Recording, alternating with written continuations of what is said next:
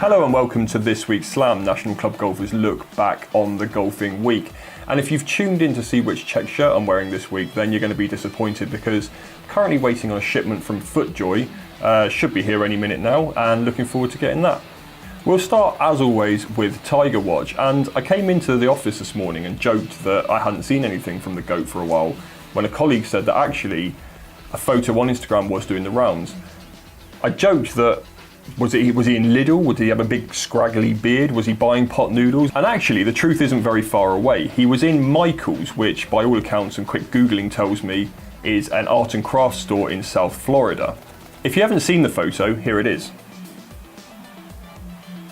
Now, my first question is, Tiger, you're out shopping for what I presume is your children's school supplies, and yet you're still wearing your black Nike cap and your black Nike sweater. I mean, it's just all about self-promotion with you. It's all about golf gear all the time.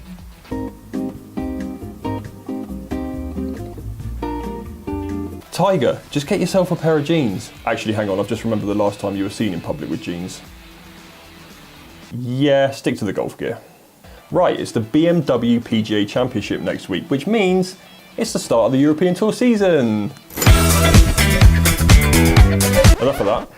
With all due respect to the tournaments between the Desert Swing and the flagship event at HQ next week, just doesn't really do it for me. It's a bit of a dry spell for the European Tour, but things are looking up for Wentworth.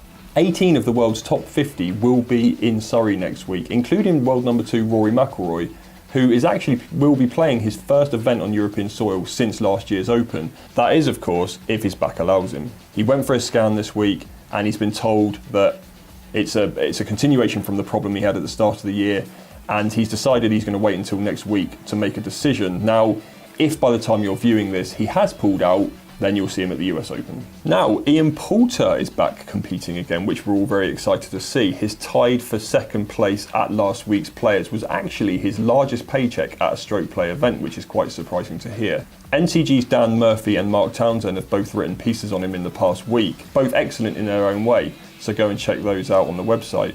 I was also joined by Mark and club editor Steve Carroll for this week's podcast, where we also discussed Poulter.